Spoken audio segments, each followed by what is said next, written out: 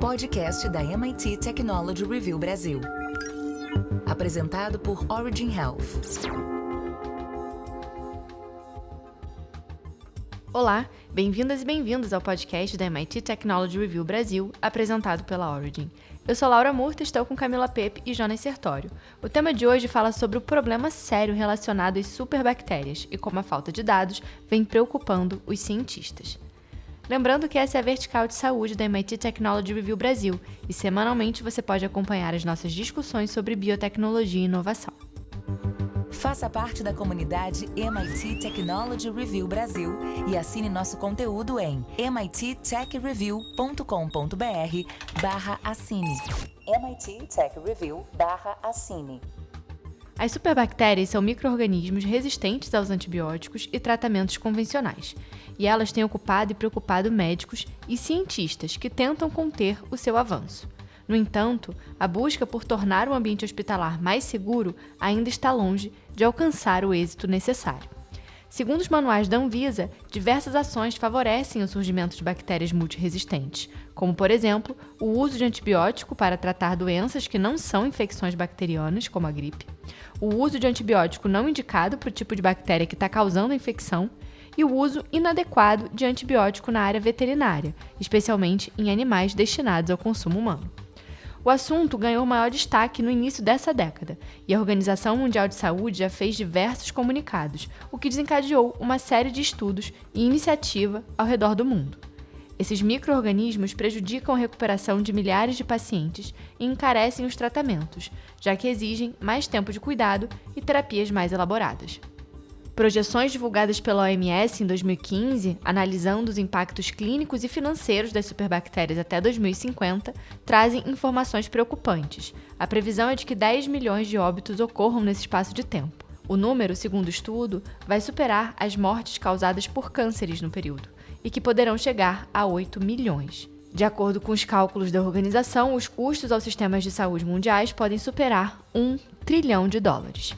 Então, Camila, com relação à resistência bacteriana, qual é o cenário atual e quais os mecanismos têm sido avaliados para controlar essas superbactérias que, como a gente viu, podem ter um impacto impressionante, né? Tanto em termos de óbito quanto de custos? Laura, segundo uma análise feita pela Anvisa, as bactérias comuns que são sensíveis aos antibióticos se tornam mais resistentes devido ao uso inadequado dos medicamentos.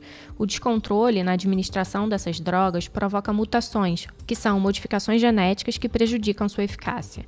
Na prática, o antibiótico perde a capacidade de matar as células bacterianas. Adriano José Pereira, que é coordenador médico de tele-UTI e consultor de analytics do time de Big Data do Einstein, alerta que basta um clone mutante com genes ruins. Pode surgir um clone que seja resistente e, de repente, a bactéria domina o ambiente e a nova cepa se instala. Mais do que nunca, a questão das bactérias multiresistentes é de emergência internacional. Para ele, vivemos uma situação em que o problema é crescente. É um cenário assustador. Segundo o especialista, foi agravado durante a pandemia de Covid-19 devido ao aumento do número de internações. Um levantamento do Laboratório de Pesquisa em Infecção Hospitalar do Instituto Oswaldo Cruz mostra que a detecção de bactérias resistentes a antibióticos triplicou durante a pandemia. Enquanto em 2019 foram verificadas bactérias resistentes a antibióticos em pouco mais de 1.000 amostras, em janeiro e outubro de 2021 esse número ultrapassou 3.700. Ele reforça que a pandemia acelerou as contaminações em muitos hospitais. Protocolos foram perturbados. É um problema de saúde pública internacional e a principal causa de mortes por infecções hospitalares. Mas, Laura, como solucionar o problema? Basta controlar o uso desses fármacos? Como o ambiente hospitalar interfere nesse cenário? Ainda não há respostas categóricas para essas questões, mas já existem caminhos a serem percorridos. Adriano, assim como outros integrantes da comunidade médico-científica, é incisivo ao cobrar ações. Novas formas de controle precisam ser descobertas, testadas e colocadas em prática. O especialista destaca que as novas estratégias para combater as bactérias multiresistentes são o uso racional de antibióticos, o isolamento do paciente e a higienização das mãos. Elas são insuficientes. A bactéria tem uma capacidade muito maior de se adequar e se multiplicar. O Brasil possui iniciativas nessa direção. No SUS, o Sistema Único de Saúde, está sendo desenvolvido um plano capitaneado pelo Ministério da Saúde em conjunto com outras pastas. O conteúdo, cujo principal pilar é o uso racional de antibióticos, passa por uma revisão para o próximo quinquênio. Adriano explica que governos ao redor do mundo traçaram planos. A grande questão é o local hospitalar, onde a evolução das superbactérias é a olhos vistos. A capacidade de reprodução é muito veloz. As bactérias são seres vivos que se adaptam, diz ele. Ele destaca que ainda assim não bastam ações apenas dentro da área da saúde. A agropecuária, por exemplo, também exige esforços. Ele pondera que culturas de criação de proteína animal para consumo humano consumem quantidades enormes de antibióticos que são misturadas na ração. E Jonas, a gente tem outras iniciativas e estudos em andamento visando solucionar esse problema? Bom, Laura, outro caminho possível no enfrentamento às superbactérias são as parcerias público-privadas. O Hospital Israelita Albert Einstein, no âmbito do Programa de Desenvolvimento de Apoio Institucional do Sistema Único de Saúde, o PROAD-SUS, desenvolve estudos com esse objetivo. As pesquisas são para o controle e tratamento de superbactérias com o intuito de avaliar aspectos relacionados ao desenvolvimento dessas infecções e estudar intervenções como formas diferentes e mais eficazes de higienização dos ambientes da UTI e alternativas para reduzir, com segurança, o uso de antibióticos. O projeto começou em 2019, após uma iniciativa da Anvisa motivada pelo histórico crescente de infecções. Na prática, formou-se uma plataforma nacional para mapear a situação, avaliar os custos dos tratamentos e desenvolver possíveis soluções. Cada hospital participante selecionou um aspecto para se aprofundar.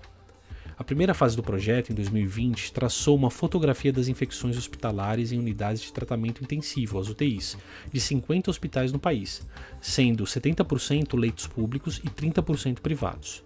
Estudos clínicos estão sendo desenvolvidos na segunda etapa, iniciada em 2021. Adriano José pontua que eles buscam um processo de gestão baseado em dados para que políticas públicas possam ser desenhadas com metodologia científica robusta. Dessa forma, será possível pensar na padronização de um remédio novo ou de uma nova tecnologia. Agora, durante a segunda fase do projeto, os dados foram transformados em projetos de pesquisa e estudos de intervenção. 5 deles já estão em andamento para gerar evidências padrão ouro com base em evidências científicas de alto impacto no manejo das superbactérias. Algumas pesquisas já foram transformadas em artigos científicos. Os documentos estão em fase final de revisão para serem submetidos à comunidade científica nos próximos meses. O médico avalia que a falta de dados no Brasil é preocupante, mas o pior não é saber se o cenário é bom ou ruim, mas não saber o cenário. Mesmo em 2023, ainda não há clareza de que, se intensificar a intervenção sobre o ambiente, como por exemplo através da esterilização, diminuiria as infecções. Adriano pondera que os antibióticos matam bactérias ruins, mas também as boas. Talvez a estratégia seja promover o equilíbrio no ambiente, mas é preciso gerar evidências científicas robustas. Uma das pesquisas em andamento estuda a eficácia de um desinfetante superpotente, que tem uma característica química capaz de atuar por até 30 dias no ambiente hospitalar. A equipe envolvida no trabalho busca descobrir se um produto mais ativo na higienização pode interferir nas infecções. O especialista comenta que o ambiente é um aspecto negligenciado da assistência. O médico, muitas vezes, não está interessado em saber se o leito foi higienizado ou como foi higienizado. Essa pesquisa quer apontar caminhos para o futuro. Isso pode redesenhar os processos hospitalares ou guiar estudos posteriores. Camila, um aspecto que tanto você quanto o Jonas falaram foi sobre o uso racional de antibiótico. Mas o que seria exatamente esse uso prudente, né? E por que, no cenário atual, apenas essa medida é considerada insuficiente? Laura, enquanto novos meios de controle de superbactérias ainda estão em fase de desenvolvimento, as técnicas já usadas devem ser respeitadas. Um dos exemplos mais claros é o uso prudente dos antibióticos dentro e fora dos hospitais. Para a Fundação Oswaldo Cruz, usar adequadamente um antibiótico significa recorrer a ele apenas quando receitado por um profissional de saúde, seguindo suas orientações quanto à dose, horário e duração do tratamento. Quando as bactérias são expostas aos antibióticos, um grupo pequeno de micro-organismos mais fortes pode sobreviver e, posteriormente, se reproduzir. Isso significa que, a cada geração, as bactérias mais resistentes dão origem a outras bactérias que também são resistentes. Quando o micro-organismo é resistente a um ou mais antimicrobianos, de 3 ou mais categorias, diz-se que ele é multiresistente.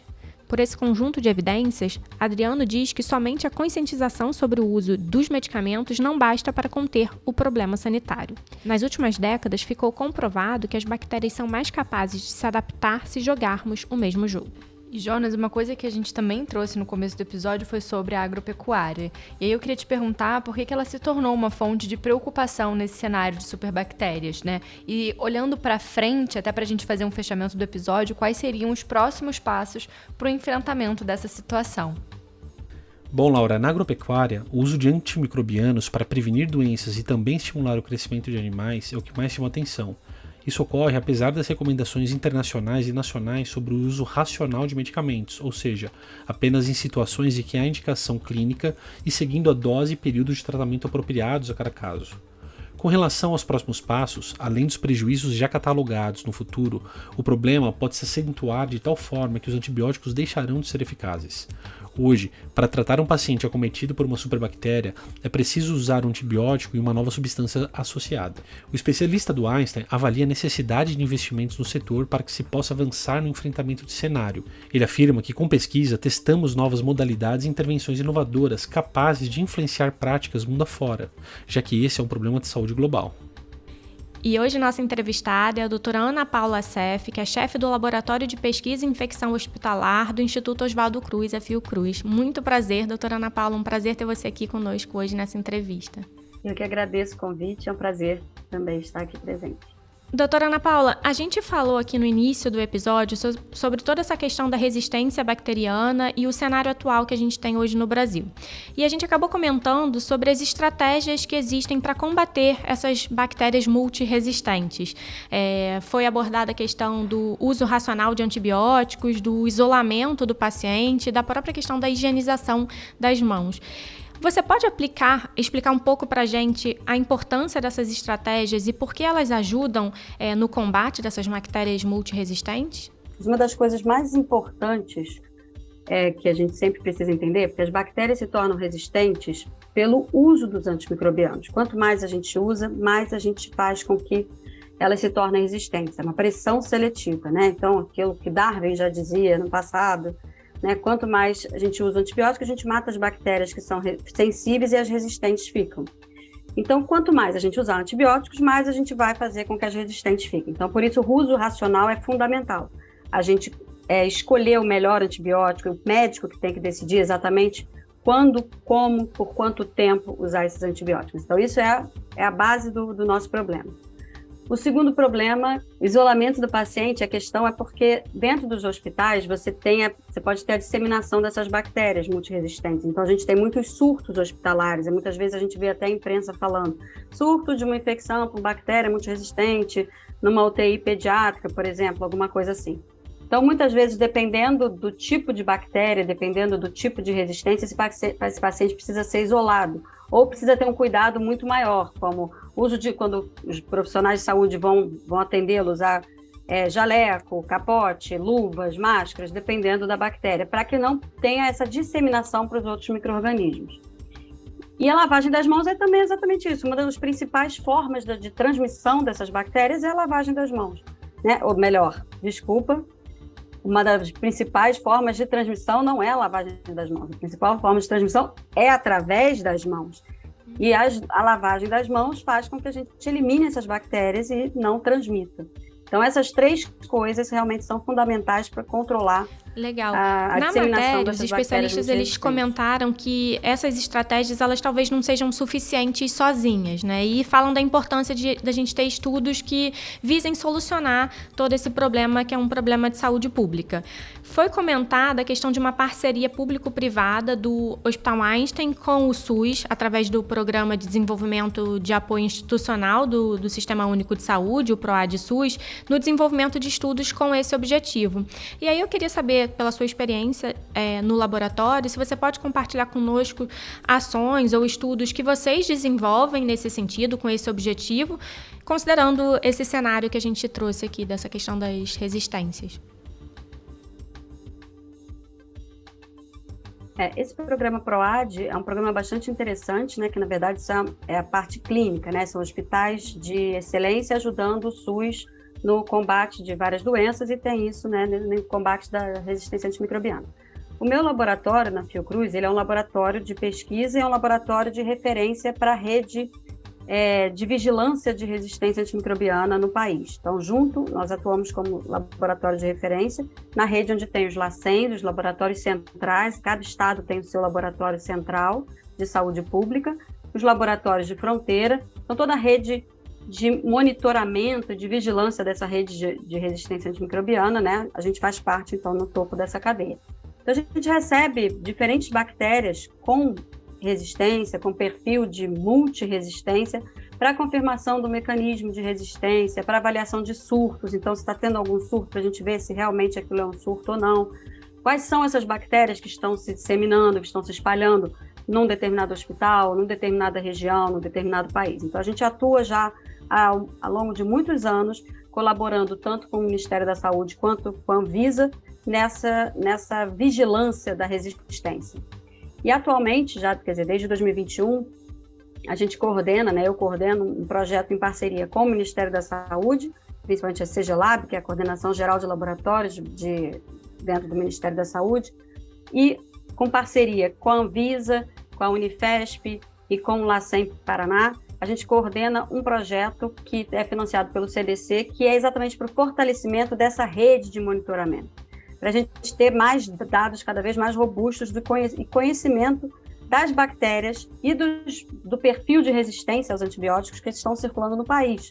Porque muitos estudos que a gente tem, se você procurar na internet, a maioria a gente tem dados mais sobre o sul e sudeste do país. Então, o que a gente quer cada vez mais é que a gente tenha noção da realidade do país.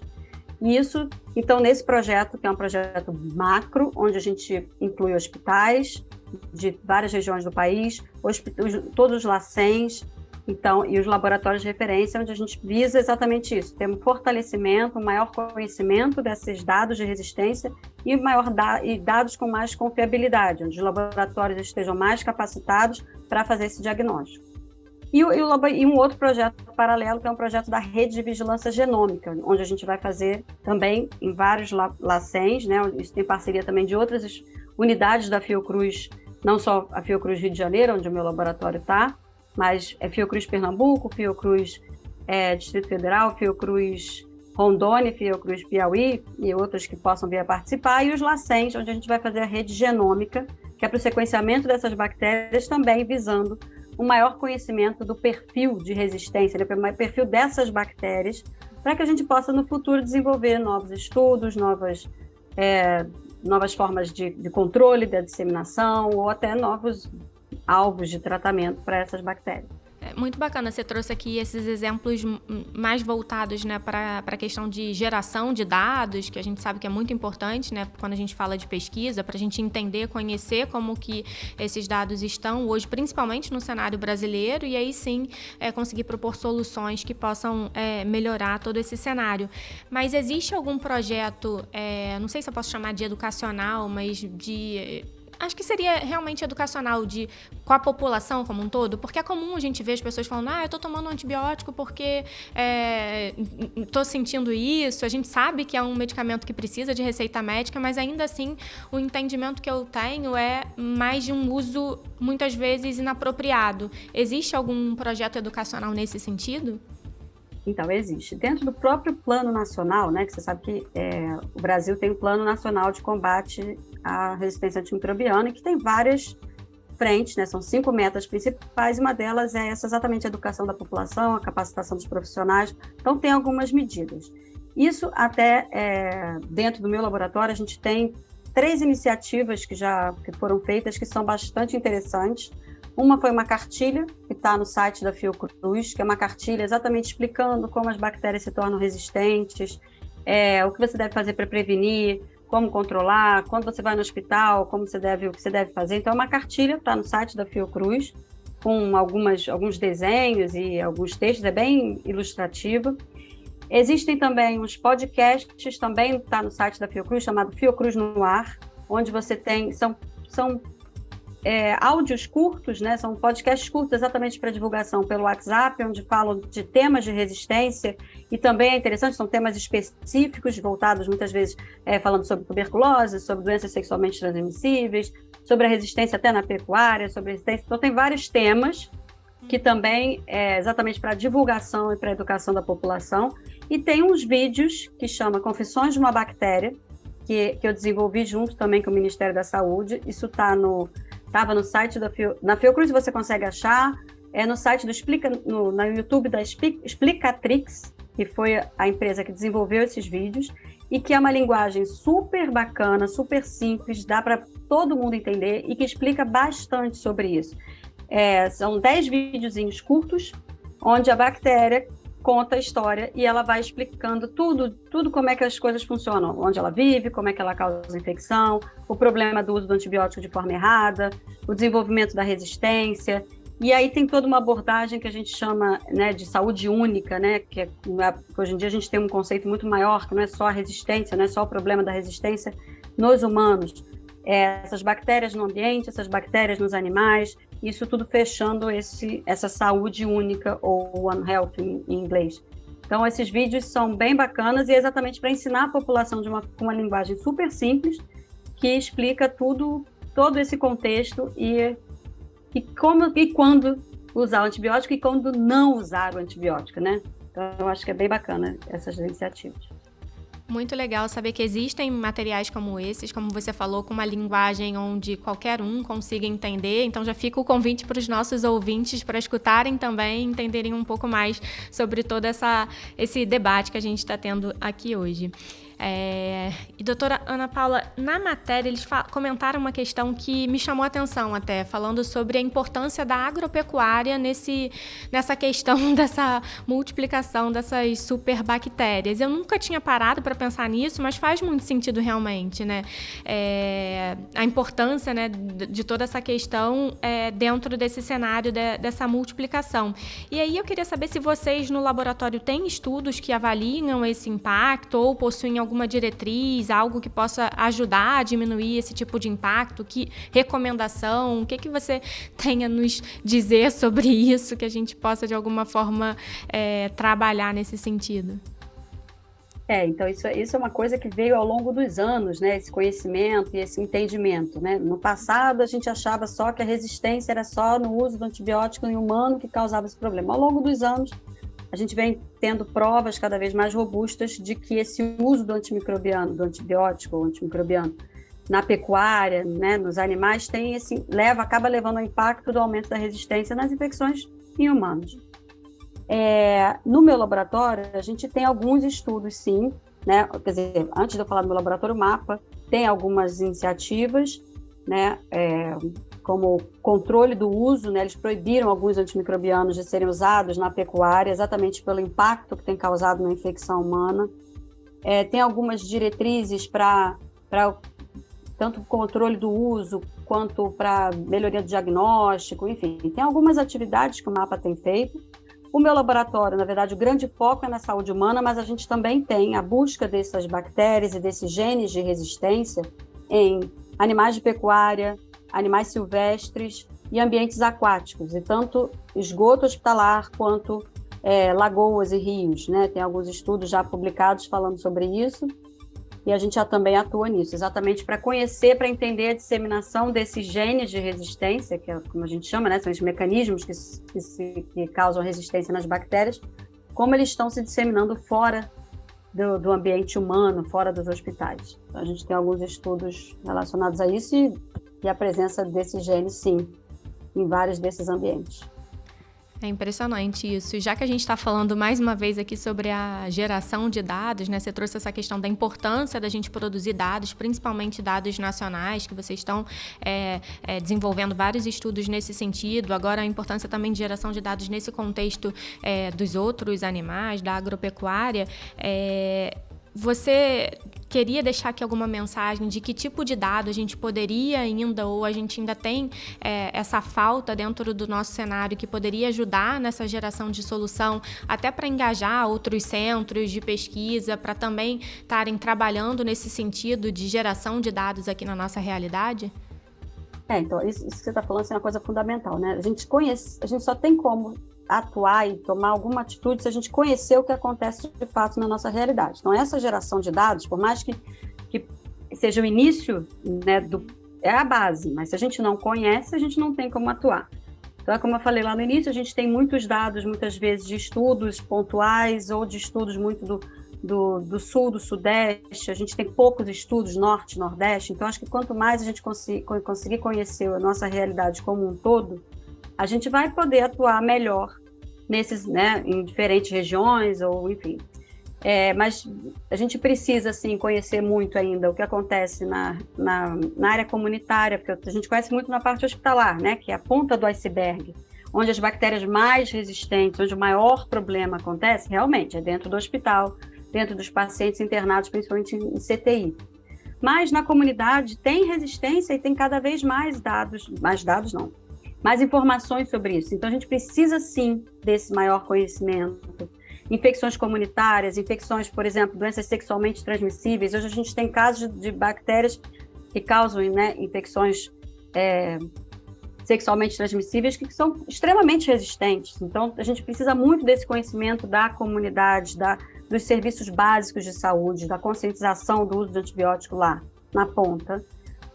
A gente precisa na verdade, de uma grande força-tarefa de tentar conciliar de todos esses dados que a gente tem, porque a gente também tem muitos sistemas que geram dados, né? Como você falou, por exemplo, PROAD, a gente tem os sistemas laboratoriais, a gente tem vários sistemas, mas que muitas vezes é muito difícil essa comunicação. Então a gente precisa, sim, desenvolver cada vez mais. Isso é uma das metas desse projeto que a gente tem o financiamento da CDC e vários outros, né, projetos que são financiados também, que é exatamente tentar ter essas plataformas que se comuniquem, para a gente que de fato conhecer mais os nossos dados e integrar os dados, e não que fiquem coisas soltas por aí.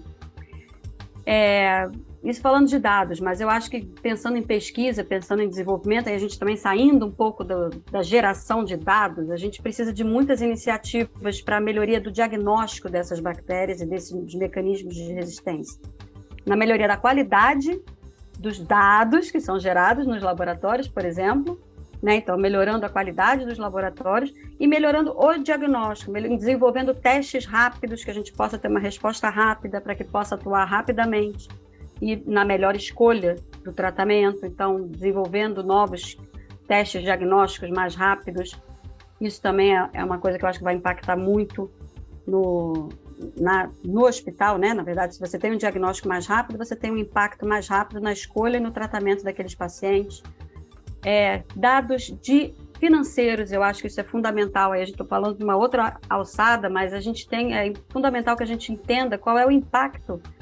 A gente tem alguns estudos, né? Vocês até provavelmente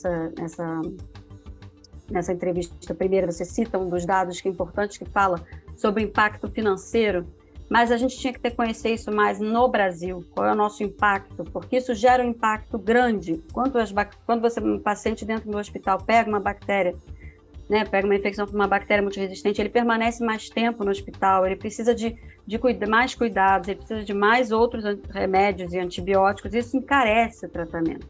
Então a gente precisa de dados reais para saber esse impacto, que aí assim a gente vai engajar mais pessoas, mais o governo e mais, né, as pessoas vão perceber mais esse problema, que não é um problema, que é um problema que, sim, gravíssimo, mata muita gente, mas é um problema também de impacto financeiro muito grande. Então, eu acho que tem várias dessas necessidades que a gente tem para o enfrentamento da multiresistência. Muito bom, doutora Ana Paula, foi um prazer conversar com você hoje. Trouxe vários insights para a gente, não só relacionados a essa necessidade do uso racional dos antibióticos, até sugeriu que sejam, né, escutados esses podcasts, essa série de podcasts que conseguem trazer com esse linguajar mais leigo, né, a importância da gente ter essa atenção para usar os antibióticos só quando eles de fato são necessários, mas acho que você trouxe um ponto que é muito importante, que é essa questão é muito importante que a gente tenha dados para que aí sim a gente consiga propor soluções e melhorias em todo esse cenário que a gente tem hoje dessa proliferação dessas bactérias super, hiper resistentes. E essa questão do diagnóstico que você trouxe agora no final, acho que é muito interessante também, porque a gente já conversou aqui sobre esses testes e muitas vezes o médico acaba precisando iniciar o antibiótico antes do resultado por uma questão mesmo de eu preciso fazer isso porque eu não posso deixar esse paciente esperando esse resultado. Então, a gente sabe que tem a questão do custo associado, né? Essas tecnologias nem sempre têm um custo acessível, ou estão disponíveis no SUS, enfim, a gente sabe que tem uma série de restrições, mas acho que além dessa questão do dado, esse ponto da gente dar uma atenção específica para o diagnóstico, para as tecnologias que hoje existem disponíveis nesse cenário, são bem interessantes também para que a gente consiga trazer melhorias em todo esse processo. Então, só queria te agradecer, foi muito bom. Se você tiver uma mensagem final que você queira deixar aqui também para os nossos ouvintes, fique à vontade. Só para complementar isso que você está falando, porque muitas vezes isso também faz parte desse projeto grande que a gente está, né, coordenando, que é exatamente, às vezes a gente tem uma tecnologia que parece mais cara, mas quanto isso vai impactar no tratamento do paciente? Então, é aquele custo agregado. Você acha que o diagnóstico mais rápido é muito caro, mas você vai tratar mais rápido aquele paciente, no final aquela conta vai ser mais barata do que se você tiver demorar muito tempo para diagnosticar, para intervir naquele paciente. Então, eu acho que exatamente assim como você, desde o início você falou, acho que tem muitas frentes que a gente precisa abordar, né?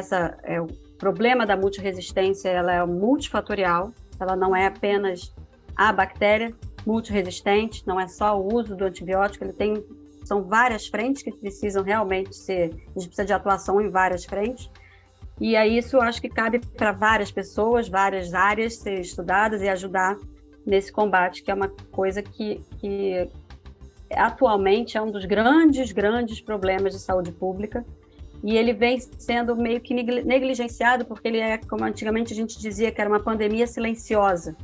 Ela passava assim, a gente só vai perceber quando você tem um paciente internado, quando você conhece alguém, ou as pessoas que estão dentro do hospital, é que vão ver aquele problema.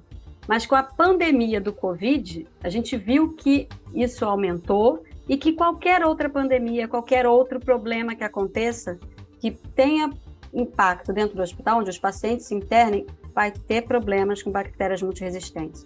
Então, isso é um dos problemas gravíssimos. A OMS tem prestado muita atenção e atuado com força sobre isso, porque ela não é mais uma pandemia silenciosa e ela realmente precisa que a gente conscientize a população do uso de antimicrobianos de forma correta, conscientize os profissionais de saúde, conscientize e atue de forma cada vez mais incisiva e mais forte para o combate dessas bactérias. Perfeito, muito bom. Obrigada. Obrigada a vocês. E antes da gente ir, eu quero te convidar para conferir as nossas redes sociais, @MIT Tech Review BR, e também a página da MIT Technology Review Brasil, onde você encontra os nossos artigos que saem semanalmente, incluindo a coluna de Health. Semana que vem tem mais um episódio, eu espero você. Até lá! Você ouviu o podcast da MIT Technology Review Brasil. Apresentado por Origin Health, a maior publicação de